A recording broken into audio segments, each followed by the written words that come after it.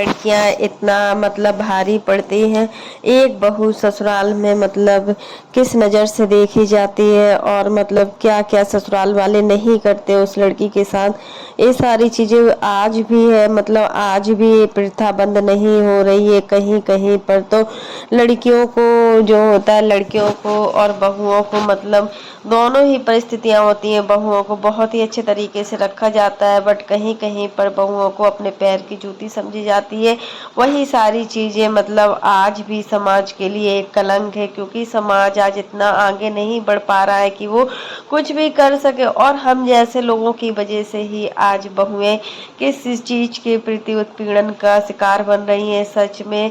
Hi friends, welcome back to my YouTube channel. कैसे हैं आप सभी? आई होप आप सभी अच्छे होंगे।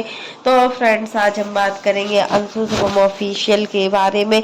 बहुत कुछ चल रहा है अंशु की लाइफ में। जो भी चीज़ें अभी सामने आई है ना, उन सारी चीज़ों को देखकर लग रहा है कि सच में एक बहू होना कोई गुनाह है क्या? बहू मतलब इस तरीके की बहू के साथ कोई करता है? मतलब एक दहेज के लिए आज ससुराल वाले कितना नीचे गिर सकते हैं। दहेज उत्पीड़न क्या है? मतलब एक बहू को मतलब एक लड़की को अपने घर वाले लोग, जो उसके घर के फैमिली लोग होते हैं, वो किस तरीके से पालते हैं।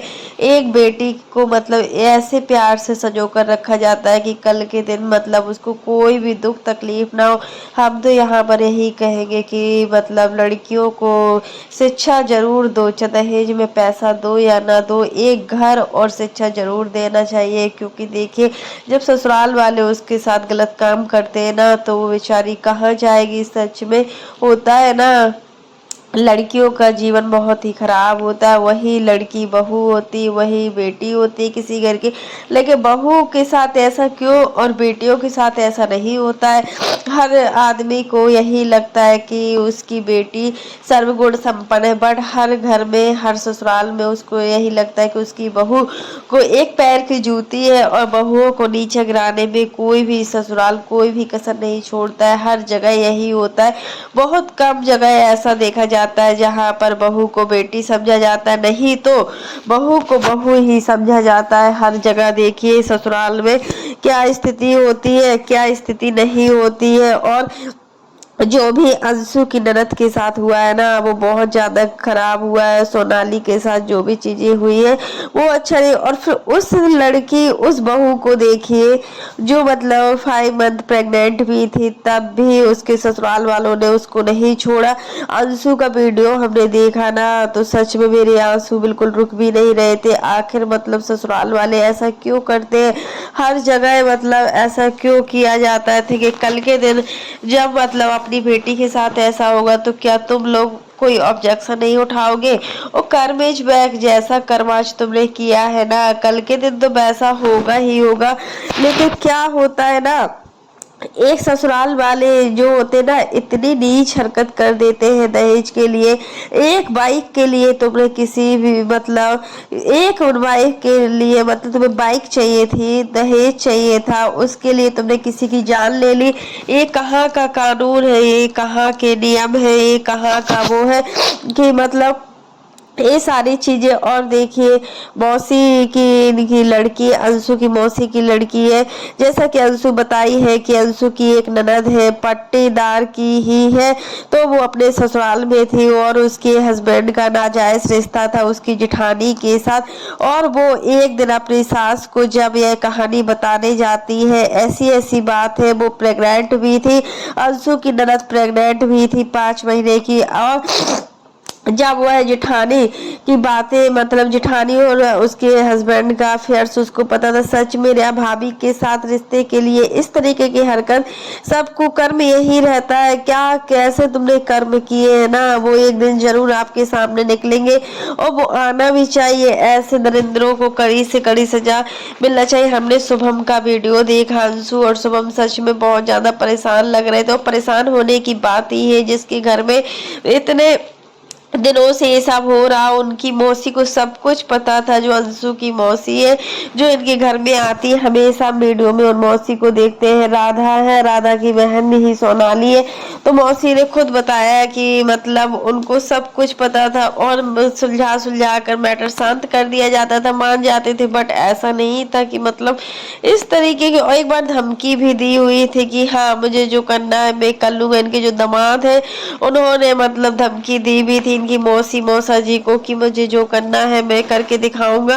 तो होता है ना, जब वो रूम में बंद थी, बंद कर दिया गया था, तो उनको क्या पता चला, कैसे पता चला कि वो अचानक से आ जाते, उसी दिन आते हैं। तो ये चीज मैं बहुत सोच रही थी, मेरी समझ में नहीं आ रहा था कि सोचो एक लड़की को इस तरीके से मार मार कर प्रताड़ित किया गया ससुराल में। इतना इतना ज्यादा अजीब फील हो रहा था ना, मुझे तो रोना आ गया वो स्टोरी सुन के। और जो स्टोरी अंशु ने सुनाई है, और हॉस्पिटल में जो हो रहा था ना, उस लड़की का जो हालत हुआ है ना, सब रो रहे थे, चिल्ला रहे थे। पता नहीं कब तक हमारे समाज में एक बेटी को, एक औरत को यह सब झेलना पड़ेगा। क्या बेटी इसलिए आती, इसलिए हर इंसान यही चाहता है कि उसकी बेटी के दहेज में वो कुछ दे। या क्या एक गरीब माँ बाप के साथ ऐसा होना चाहिए?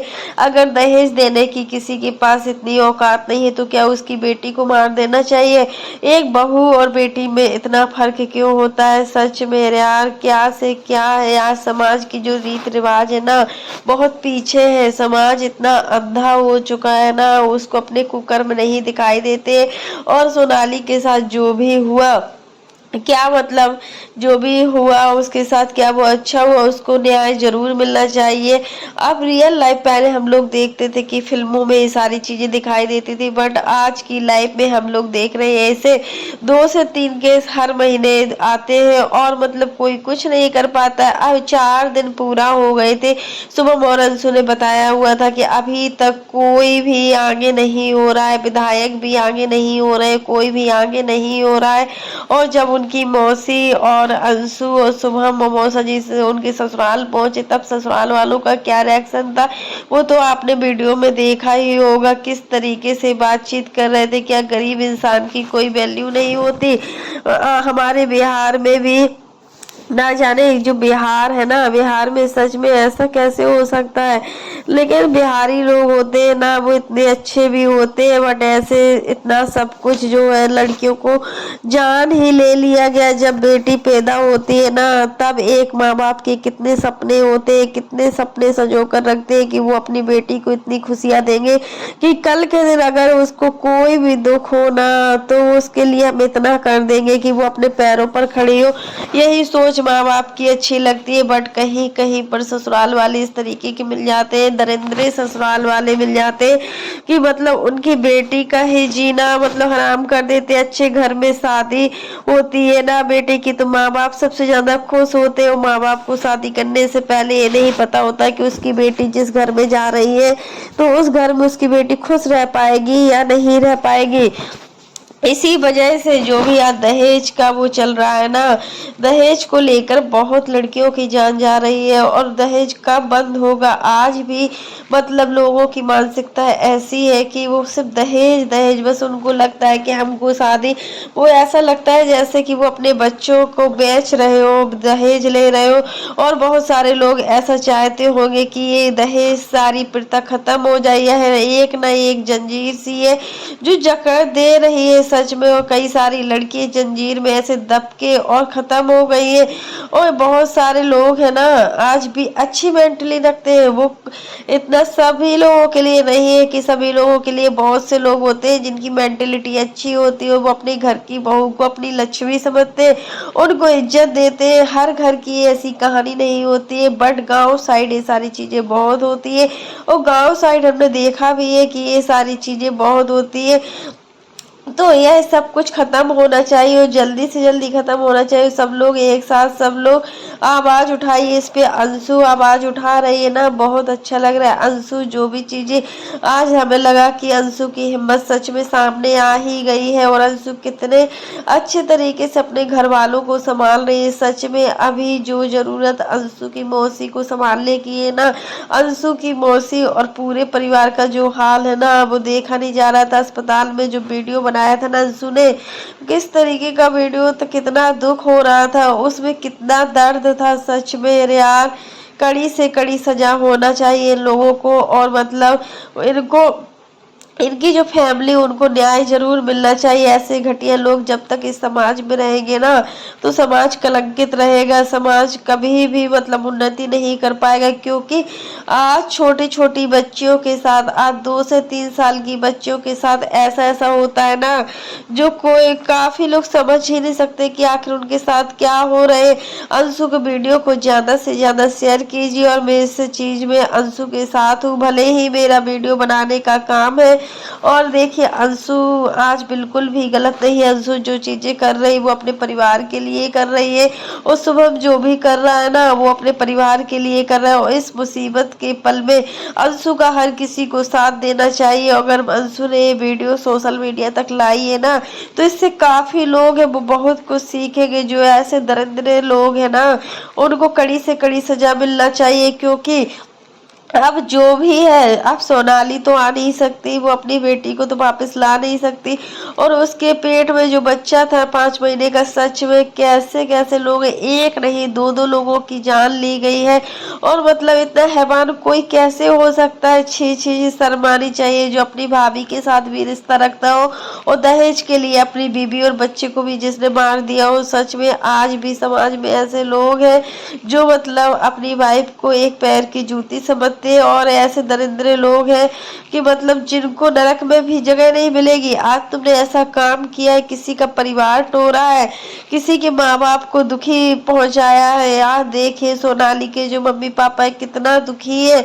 उनको पता था क्या उनकी बेटी के साथ ऐसा कुछ हो जाएगा? उनको तो एक कुछ पता नहीं था। और पुलिस को इस चीज को लेकर बहुत कड़ी से कड़ी कार्रवाई लेनी चाहिए, और अंशु की ननद को न्याय मिले। हम सब यही बोलते हैं कि ऐसा किसी के साथ ना हो जो अंशु की ननद के साथ हुआ है।